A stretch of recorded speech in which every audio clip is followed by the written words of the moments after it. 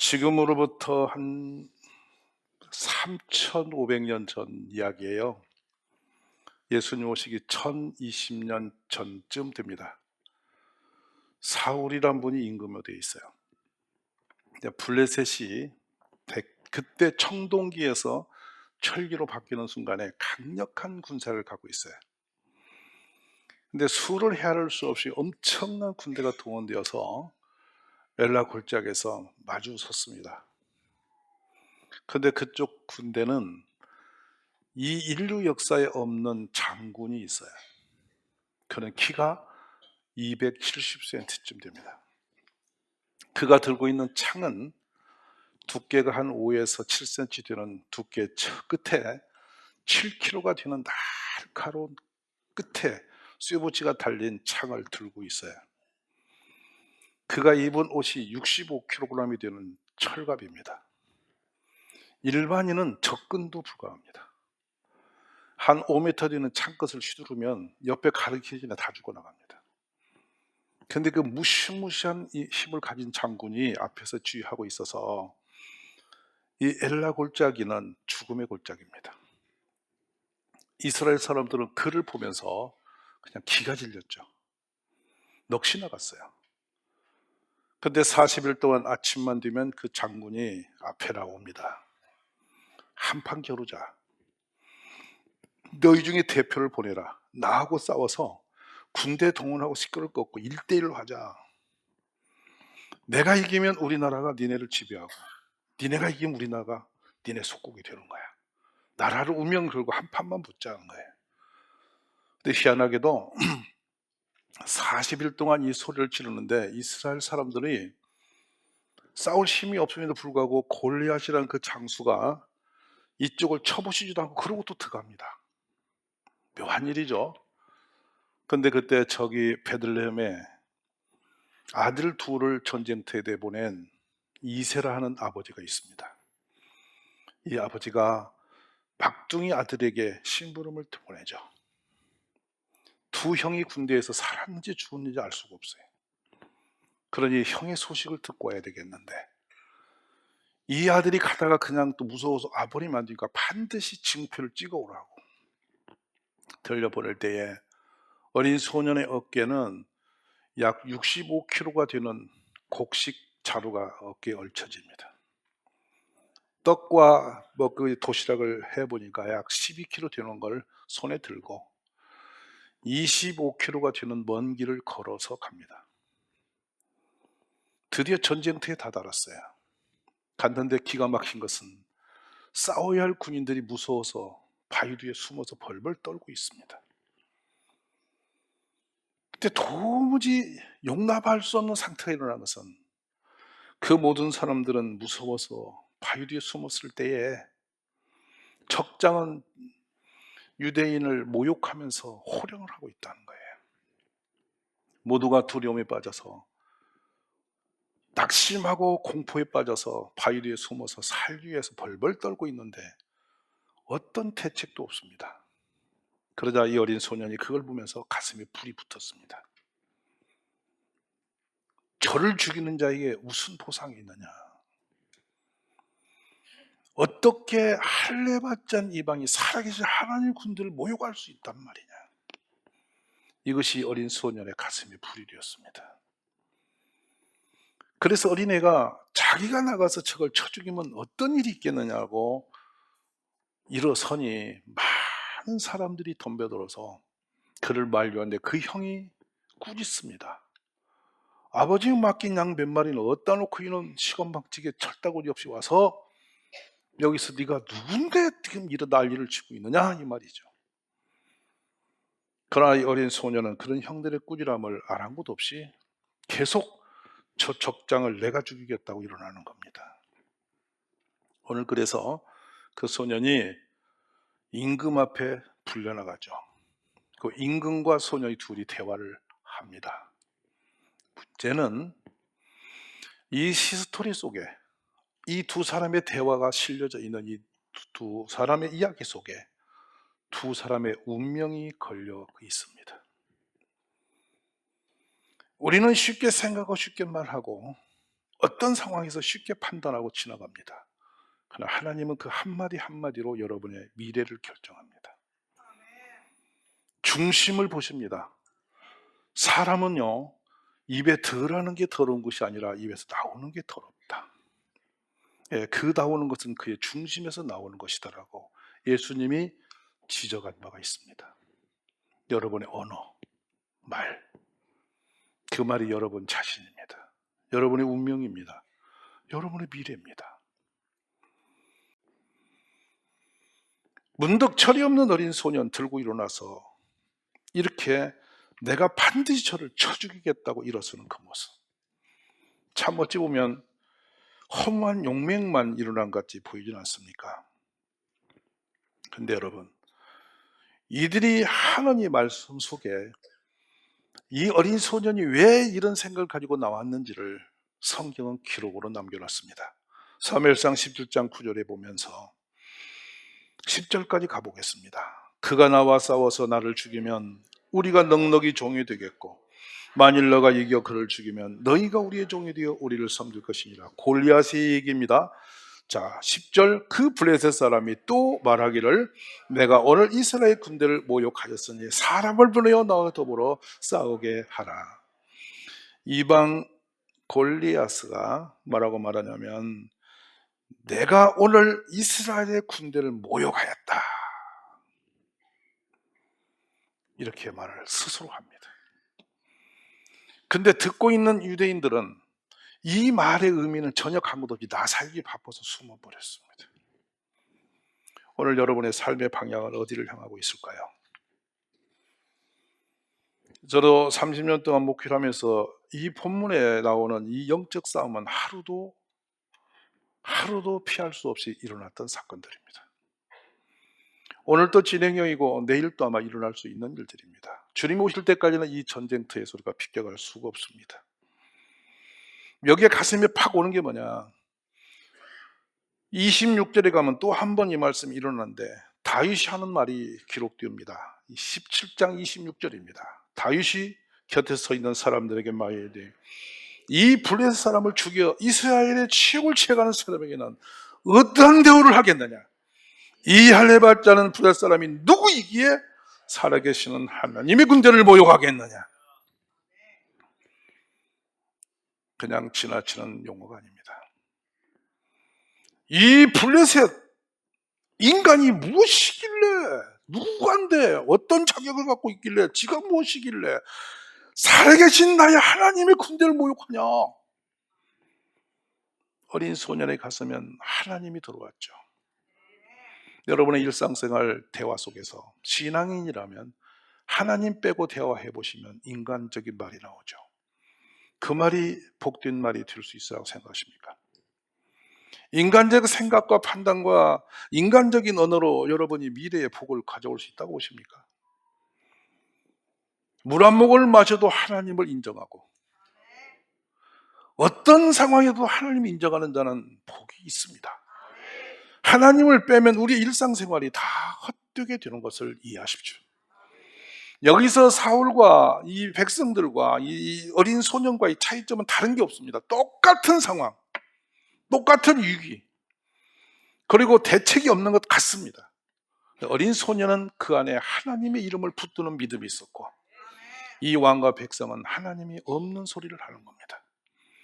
현실에 너무 정확합니다. 너무 똑똑합니다. 도시락 하나로 어떻게 5,000명 먹입니까? 맞습니다. 불가능합니다. 주님이 안 계시면 그거는 바보요, 미친 짓이죠. 황당한 사기꾼이 하는 소리예요. 그런데 주님이 계신 일이 일어납니다. 오늘 이 전쟁에 하나님의 이름을 빼버리면 욕을 하든 말든 상관없습니다. 나 통하면 됩니다. 이 악인디 골리앗가 어떤 소리를 지르고 난리를 피워도 상관없습니다. 피하는 것만이겠죠. 그런데 이 소년은 피하지 못했습니다. 왜 그랬을까요? 하나님의 이름이 걸렸기 때문이죠. 여러분, 우리 세상을 살면서 하나님의 이름이 욕된 일을 수없이 닥들일 겁니다. 그가 외치던 소리, 국가의 운명을 한 손에 들고 그 유력적인 신과 지금 말하면 최첨단의 병기를 들고 서서 소리를 지르는 장면이죠. 어린 소년은 들고 나갈 게 아무것도 없는 사람입니다.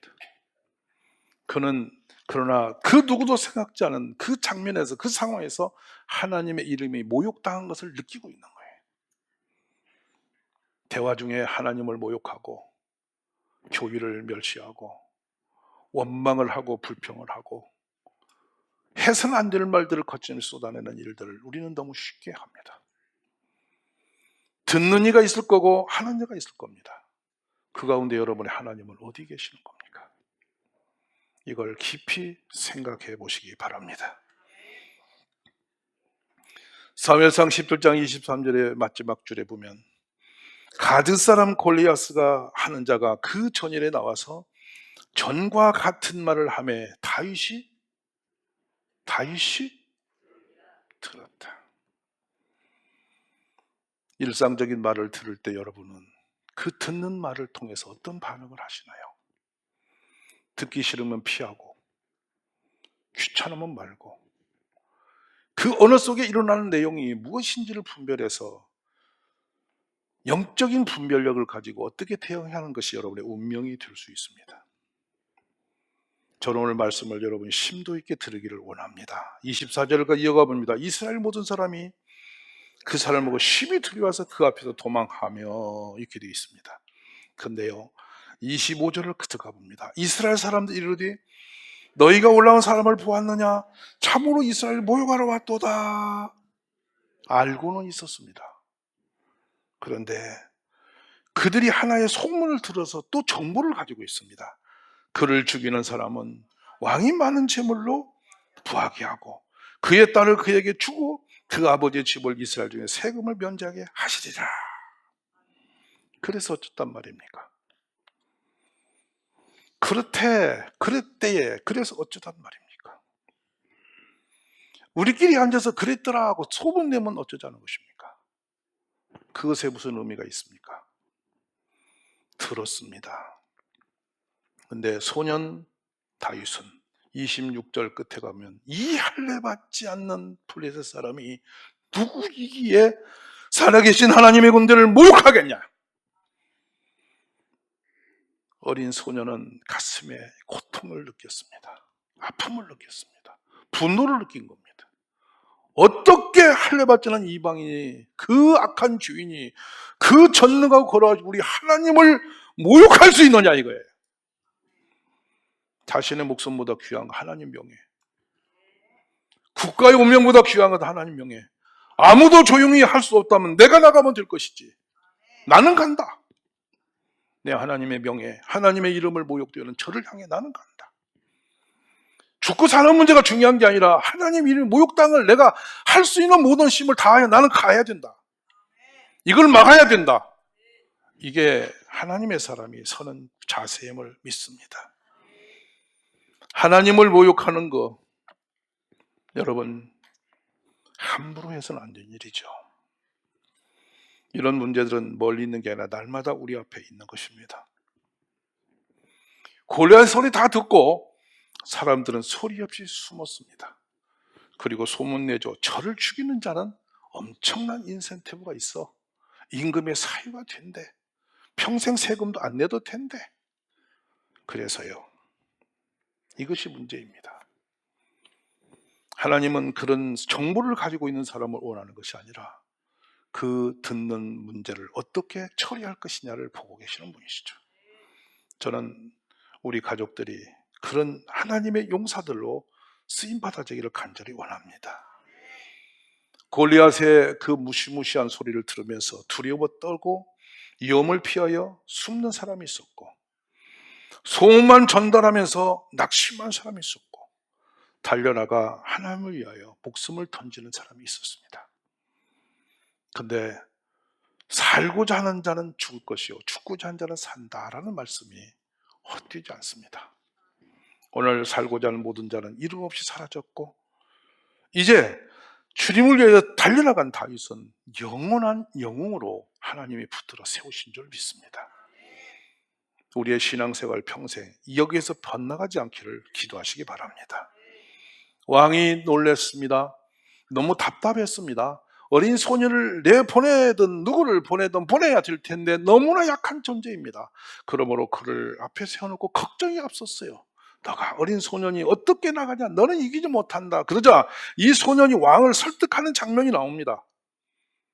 37절과 40절인데요. 다윗이 말합니다.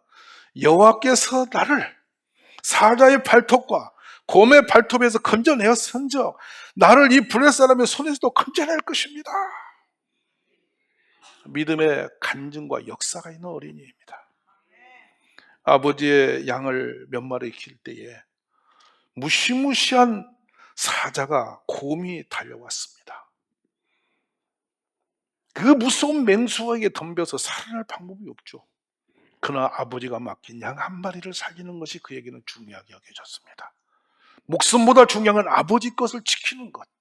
그게 그의 사명이었으니까. 양 지키는 자로서 목동으로서는 양을 지켜내는 것이 사명이니까. 작은 일같이 보여도 그거는 그가 존재하는 이유니까. 다윗이 양무리를 끌고 그 들에 있어야 할 이유는 양을 지키는 것이 목적이니까. 그 목적을 위해서 자기 목숨을 조금도 아끼지 아니하고 곰에게도 사자에게도 덤벼들어서 그의 수염을 잡고 친히 곰이 죽고 사자가 죽었다는 겁니다. 돌아보니 이것은 자신의 힘이 아닌 상상할 수 없는 하나님의 능력이 임하여 그 곰과 사자를 죽이셨으니 저 블레셋 이방인이 아무리 세다 할지라도 하나님이 나를 지키시면 내가 해낼 수 있지 않습니까? 그러자 사울이 인간적인 자비를 38에서 9절로 베풀죠. 한번 볼까요? 이에 사울이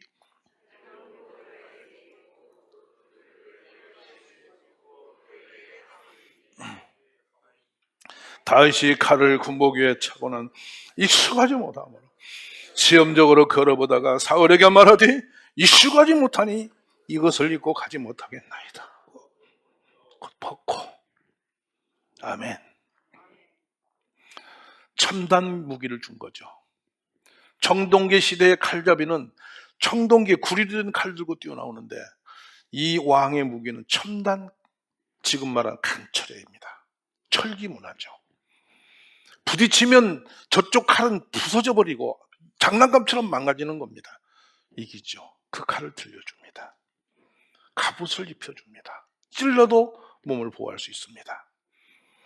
그래 그것을 입고 어린 소년이 걸어도 보고 움직여도 봅니다. 불편합니다. 여러분 한 번도 사용하지 않은 신식 첨단 무기를 여러분에게 들고 전투 불행은 하겠습니까? 미사일 쏘러 갔다 오면 여러분 미사일 날릴 수 있습니까? 할 수 없습니다. 하나님은 우리가 할 수 없는 거 없는 거 가지고 하자는 게 한 번도 없습니다. 내 입으로 내 마음으로 내가 할 수 있는 그 자리로 내 무릎으로 할 수 있는 그 자리에서 내가 할 수 있는 그 일을 할 때 역사가 나온다 그 말입니다. 없는 것 어마어마한 거 들어야 역사 일어나는 게 아니고 그것이 와도 의미가 없는 것이고 내가 평상시 하던 그것입니다. 40절에 가면 기가 막힌 한 장면 나오죠. 너무 불쌍한 소년의 모습이죠. 40절 보십시오. 손에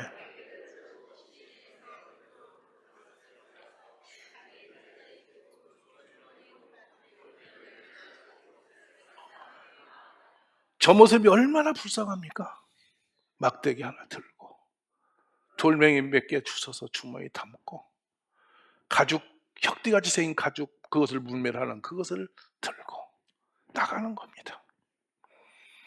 저쪽의 장수는 어마어마한 병기를 들고 엄청난 갑옷 65kg라는 갑옷으로 철갑으로 무장을 하고 나오고 있는데 어린 손이 막대기 들고 나가는 거예요. 근데 그의 그 막대기에는 나라의 운명이 걸렸어요. 그의 가슴엔 하나님의 이름이 걸렸어. 그가 죽고 사는 건 하나님 손에 있는 겨. 그가 죽으면 나라가 망하는 거고 그가 죽으면 하나님 이름이 땅에 떨어지는 거야. 번쩍거리는 첨단 무기를 들고 나오는 골리앗과 맞짱 뜨는 이 모습은 너무도 불쌍합니다. 너무도 약해 보입니다. 너무도 초라합니다. 손에 막대기를 가지고 시냇가에서 매끄러운 돌 5을 고르고 자기의 목자의 제고고 그 양칠 때 들고 다니는 주머니 속에 그걸 집어넣고 손에 물맷들을 들고 앞으로 가는 거예요. 오늘 우리의 싸움은 이런 싸움입니다. 우리는 무능합니다. 무기력합니다. 가진 거 없습니다. 힘이 없습니다. 세상 사람과 맞닥뜨서 이 엄청난 세상과 맞닥뜨서 이길 수 있는 걸 가진 게 아무것도 없습니다. 근데 우리에게는 하나님이 계시는 거죠. 내가 세면 하나님의 이름이 있는 겁니다. 내가 주의 이름으로 기도할 수 있고 내가 주의 이름으로 나가 싸울 수가 있는 겁니다. 이것이 우리의 무기입니다. 그런데 그 무기로 들고 나가는 자가 한 번도 실패한 적이 없습니다. 주님은 승리하시는 분이십니다. 세상을 정복하는 분은 그 주님이심을 믿으시기 바랍니다. 브레 사람이 기가 막혀서 합니다. 43절이죠. 브레 사람이 말하죠. 다윗에게 내가 나를 개로 여기고 막대기를 가지고 내게 나와 있느냐. 그의 신들의 이름으로 다윗을 저주했다. 44절입니다. 그 브레 사람이 또 다윗에게 이르되 내게로 오라. 내가 너희 살을 공중의 새들과 들짐승에게 주리라. 다윗이 그 사람에게 나가 말을 합니다. 45절입니다. 한번 읽어봅시다.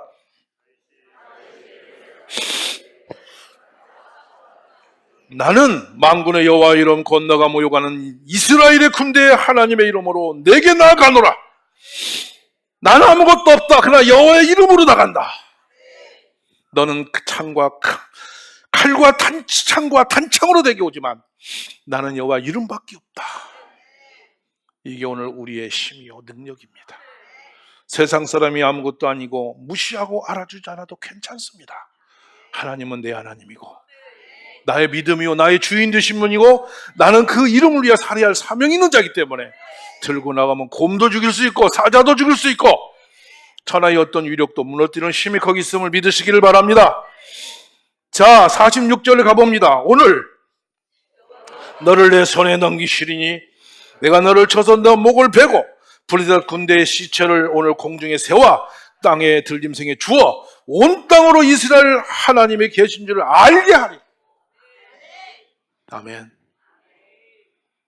왕이 여호와 이름을 높여줘서 얼마나 좋았겠습니까? 그 군대가 일어났으면 얼마나 막강했겠습니까? 다 도망갔습니다.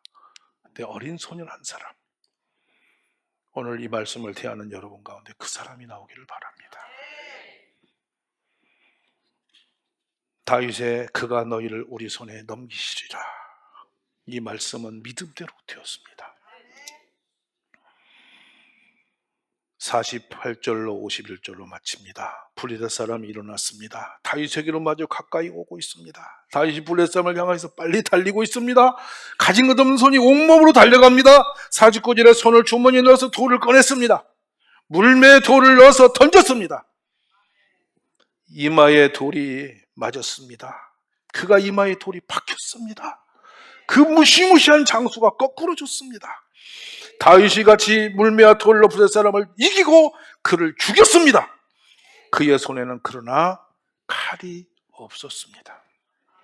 아멘이십니까? 우리는 칼과 단창으로 위력과 힘으로 가는 자가 아닙니다.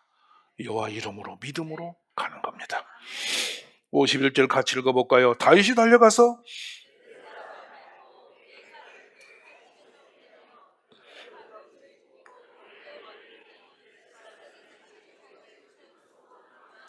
그렇습니다. 그 적당의 칼로 그 적당의 목을 맵니다. 이게 하나님의 방법입니다. 악인은 악으로 죽습니다.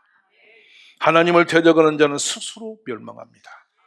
하나님의 사람은 어떤 사망이 음침한 골짜기에서도 주의 지팡이와 막대기로 건져주시는 겁니다. 그 믿음으로 여러분 세상을 이기시고 승리할 줄 믿습니다. 마음의 중심을 지키시고 하나님의 이름 앞에 내가 해야 할 일이 무엇인지를 분별하면서 오늘 또 칼과 단창이 아닌 여호와 이름으로 달려가는 우리 용사들이 되시기를 주의 이름으로 축복합니다.